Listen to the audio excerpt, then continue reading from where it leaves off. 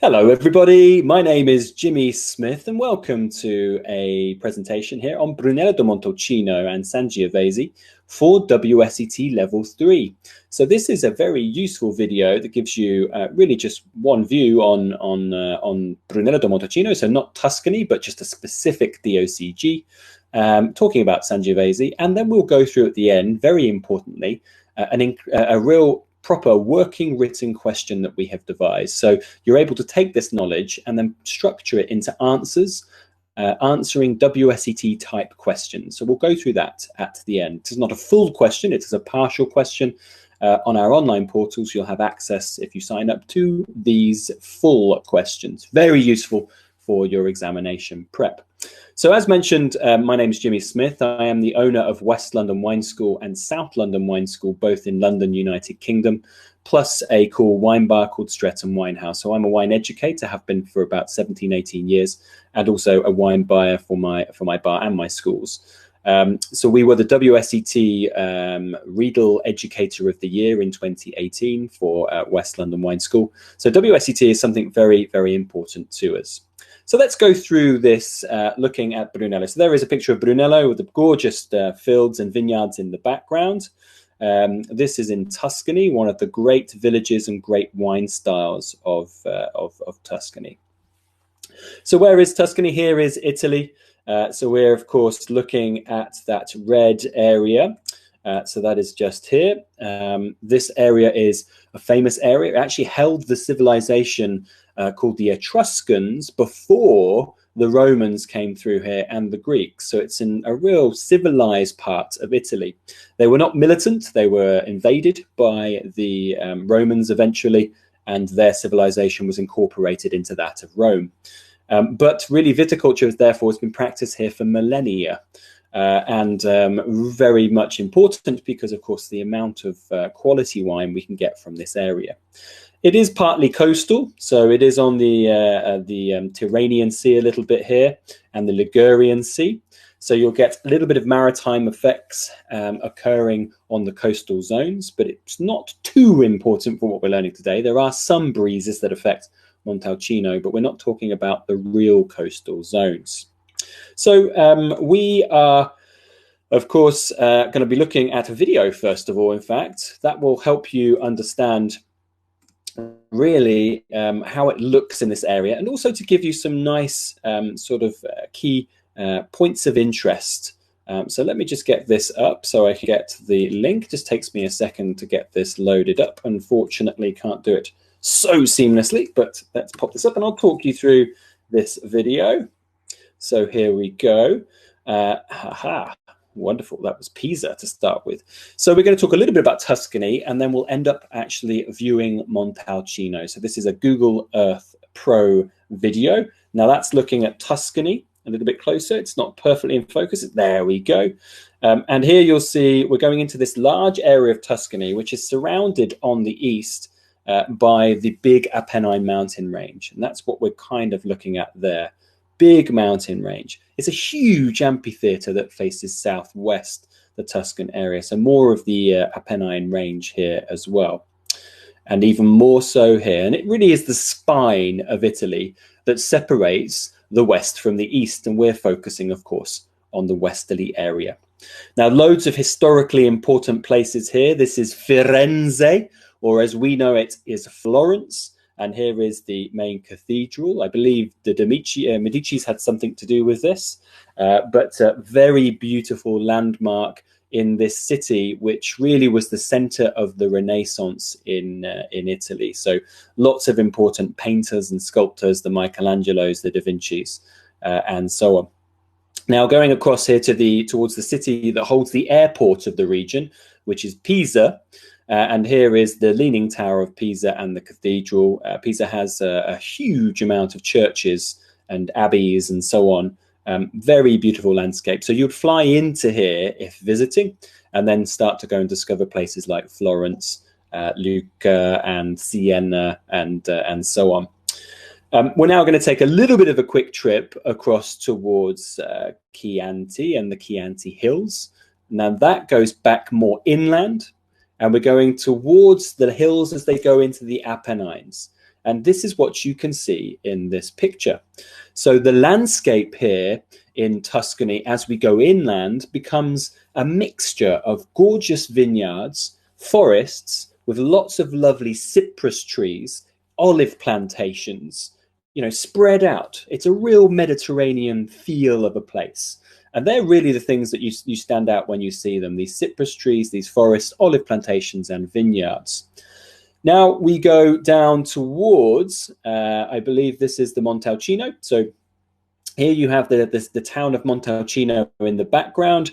As you can see, we're in the southern part of Tuscany here, a little bit of altitude as Montalcino is a raised medieval town, but the vineyards lie very much around that.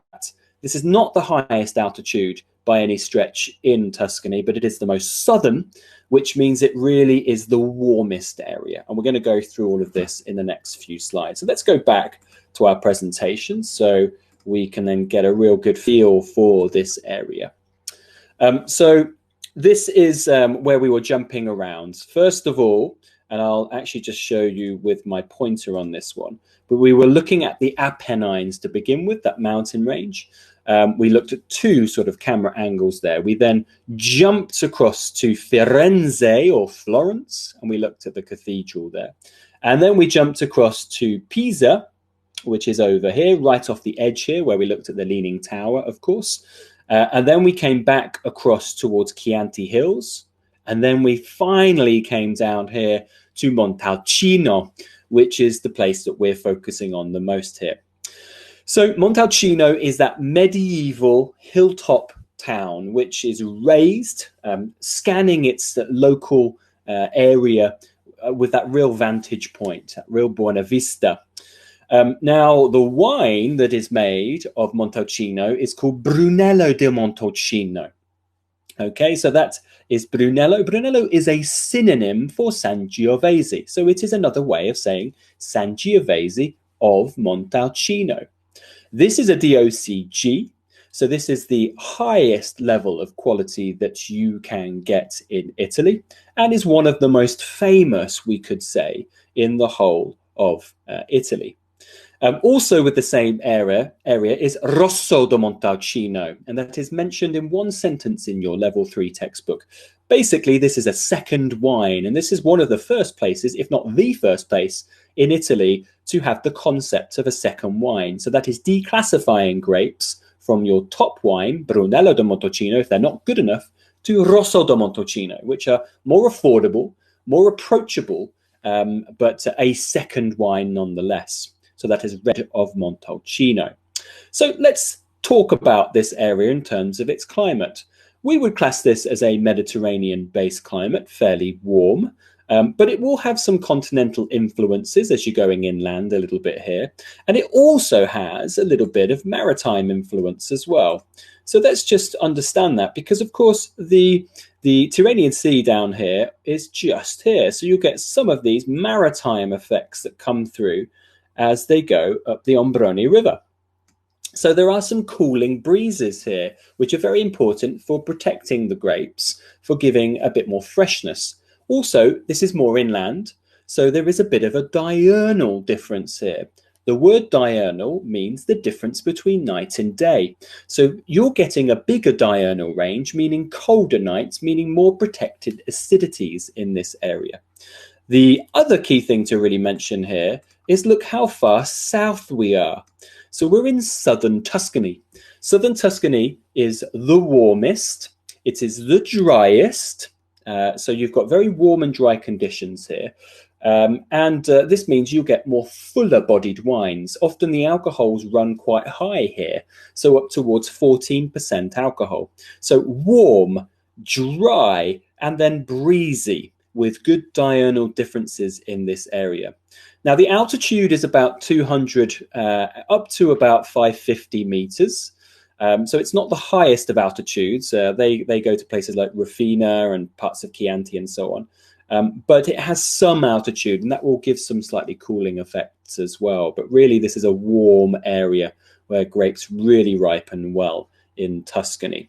Okay, you are not required to know about soils in this area, so don't worry so much, but you get a mixture of limestone and clays. So the grape, of course, is Sangiovese, otherwise known as Brunello here, Brunello di Montalcino. So we know this already, that it is a synonym for it. So it is another name. Brunello is a synonym for Sangiovese.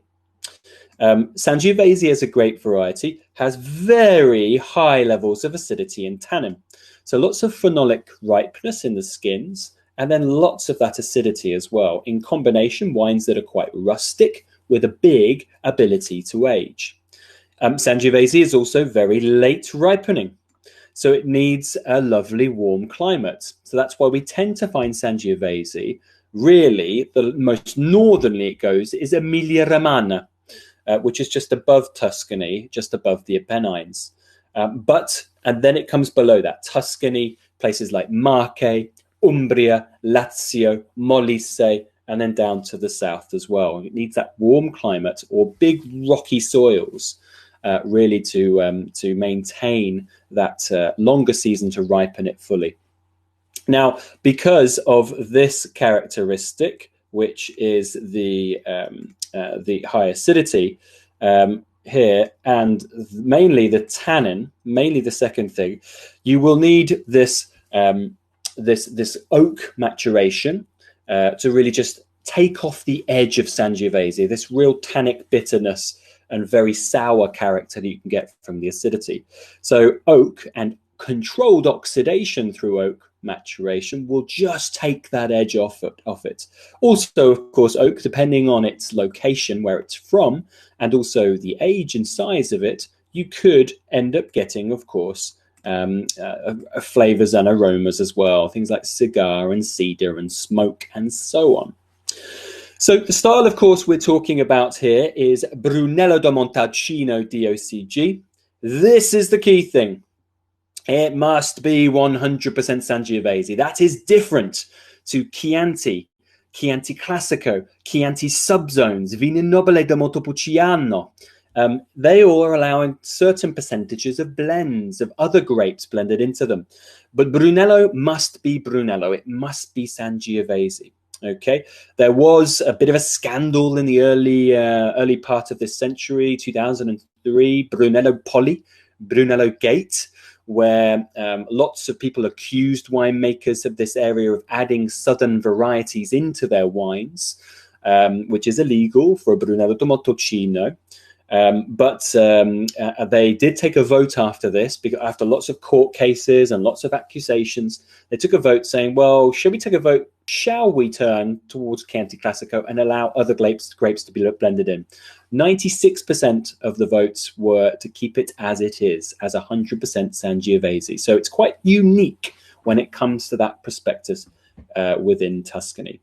Now, according to the WSET Level 3 book, it is a minimum of 5 years aging for Brunello, of which 2 years must be in oak.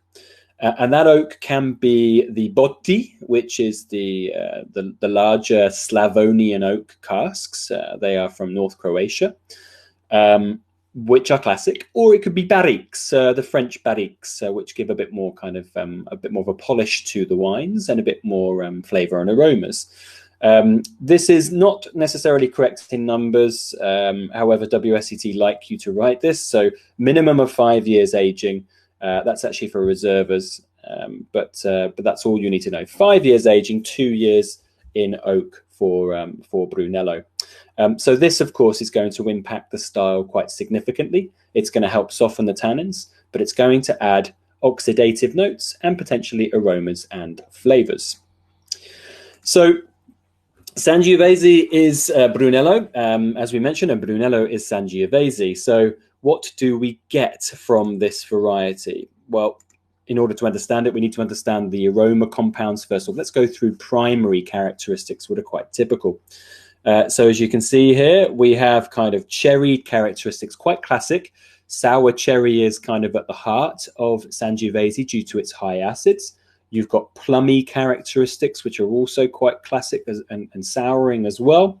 Maybe some strawberry in the background, but very little, to be honest. Sometimes some blackberry characteristics in slightly riper expressions. In Brunello, I don't find this so much, to be honest. It's a little bit rarer. But you can get a bit of leather and that's with a bit of age in the oak and in bottle, a bit of cigar due to the oak. There is oak here, of course, as well. Nutty characteristics too, so things like hazelnut, things like walnut with a little bit of age. And they do get a little bit mushroomy and meaty as well with their time being aged. They're more tertiary compounds, so they can get rather complex, but they do take a long time to get these characters. So a bit of a written question so we can understand what is expected of you when you go into an examination. First of all, you can see this question here, very simple. Name the grape variety or grape varieties of this wine. There's 1 mark available only. Now, they've added this as a little bit of a trick, really, because most people go into studying Tuscany remembering that it's a very heavily blended place. But this wine, remember, isn't. So Brunello di Montalcino is very much purely Sangiovese. And I would write Sangiovese. To be honest, you are not wrong putting Brunello, but please show your knowledge by putting Sangiovese down at this point. Now, understanding really about the raw material here and more of the natural factors that affect the style of wine. So you are looking at this label here, which is a very famous Il Poggione, Brunello di Montalcino. Quite clearly says that it is a DOCG on it, and I'm going to underline these things for you. So here you go, DOCG at just below Brunello di Montalcino. So it says Brunello di Montalcino, Il Poggione is the producer. You've got alcohol percentage, which is quite high down here, and the usual bits on the label. So how does the grape variety impact the style? We're not talking about the climate and weather directly. We're not talking about winemaking or the human influence. It is the grape. So we are looking really at key things here, such as, let me just change the color of my marker here. We know this, we've just gone through this, the high levels of tannin. As it is a very late ripening variety. It takes its time to ripen, so that gives it the structure. It is also very, very high in acidity as a grape variety, so that's going to help actually give you the fruits, which are full of these red fruit characters, cherry and plum, like we just mentioned on the last slide, and with some spices and herbs. Now, this is not a directly thing from the grape, but it does have a special affinity with oak. It loves to work with oak and oxidize because of the tannin and acid in botte or barrique. So therefore, it has an excellent ability to age. But really, the 4 things I've underlined will get you the 4 marks, but I've added that last sentence in there for good measure. So that really helps structuring the style. State and describe the climate of this region. So we don't know actually what the region is by the label, but you are required to know that, as we mentioned here, Brunello di Montalcino is our wine we're looking at. You're required to know that that, of course, is Tuscany. So Toscana or Tuscany, then you're able to just talk about the climate generally of this area.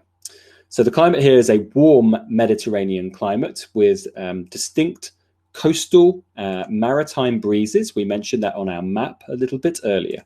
So a warm Mediterranean climate with coastal maritime breezes. So that's quite important to keep in mind. Low rainfall. So low rainfall and warm. Okay, so there are your climatic and weather issues going on here. So we've actually listed 4 things to get the 3 marks there. So it's quite a nice part. I think the only thing that's not mentioned fully in your book in the Montalcino section is the rainfall, but that is actually mentioned at the start of the chapter with Tuscany. But 4 marks there, 3 marks for the question, but I've given 4 things. No harm. How does the climate and weather patterns that we just talked about contribute to the style of wine produced? So this is understanding how they impact the style in terms of their characteristics and maybe flavors as well. So we, of course, will get very high alcohols because this is a very warm and dry part of Tuscany. So that's due to the heat, sunshine, and lack of rain. They also tend to be much more fuller because of this. And due to the cool breezes, both from the sea and even some from the mountains, and the diurnal range, so these are 2 things you're mentioning here, they have higher acidities. So really that's a lot of marks available just there. Sangiovese is also quite a late ripener, so it can ripen fully here with high tannins, that's get more structure. So really you're mentioning here high alcohols, fuller bodied, high acidities and high tannins. With this, you need to give the why it happens, and that will give you your 4 marks. Okay, next question. How long must Brunello di Montalcino DOCG be aged, total, oak and bottle, before being released? So the total, according to WSET, is a minimum of 5 years, with 2 years in barrels, either botte or barrique, and then 3 years, of course, on top of that in bottle. So that gives you your 5 years. So that's what we went through. WSET often won't let it slide there. They will ask you very much specifically about why, what this does. So that's the next question. Describe 2 effects that these winemaking laws that we've just gone through have on the final style of the wine. So effect number 1 is dependent on the age and size and origin of the oak, there is a potential for secondary flavors. Please remember that secondary flavors on your tasting card are things that are derived from oak and fermentation and all those base things. So secondary flavors. So this is oak-based characters, and always give examples. So if you're going to say oak, give an example just like you would do when you're talking about the wine. So when you're doing your tasting, you put a cluster down and then you put a descriptor. The descriptor is your pure example. So cedar, smoke, cigar, cloves, and so on. So that's 2 marks for that bit. And then 2 marks for the second point. So as the wine spends a minimum of 5 years, it will oxidize, causing tertiary flavors such as age. So leather, meat, wet leaves, mushroom. And it also softens those tannins. That would be plenty to get you the marks on that question. So I hope you've enjoyed learning a little bit there about Brunello di Montalcino, and then with that nice working example of a question with the Il Poggione label about really the grape behind it, the climate, weather, and then the winemaking behind it as well. And that's really going through the raw material, so the natural factors in the vineyards, and going through the human factors in the winery and how that impacts the style. That is only a partial written question that we've just gone through. There is more to it than that. You have access to that if you'd like to sign up to my online portal, and you can have access to a big wealth of videos and also written questions and so on to help you with your studies. So if you'd like to get in touch, please do. My Twitter and Instagram handle there is @winewithjimmy. Any comments or questions, please get in touch. My 2 wine schools, West London Wine School, which is the big one in Fulham, and then South London Wine School in Streatham and Greenwich, both do all WSET courses, and Streatham Winehouse is the wine bar down in London. Come and see us for a class, a glass, or to be honest, a bottle. It'll be great to see you. Please use the hashtag WLWS virtual as well when you get in touch with us on social media if you like those kind of things. Thank you so much for your time. It's been a pleasure. Please put any comments in the YouTube comments below here as well. But otherwise, hopefully I'll see you in the future. Goodbye.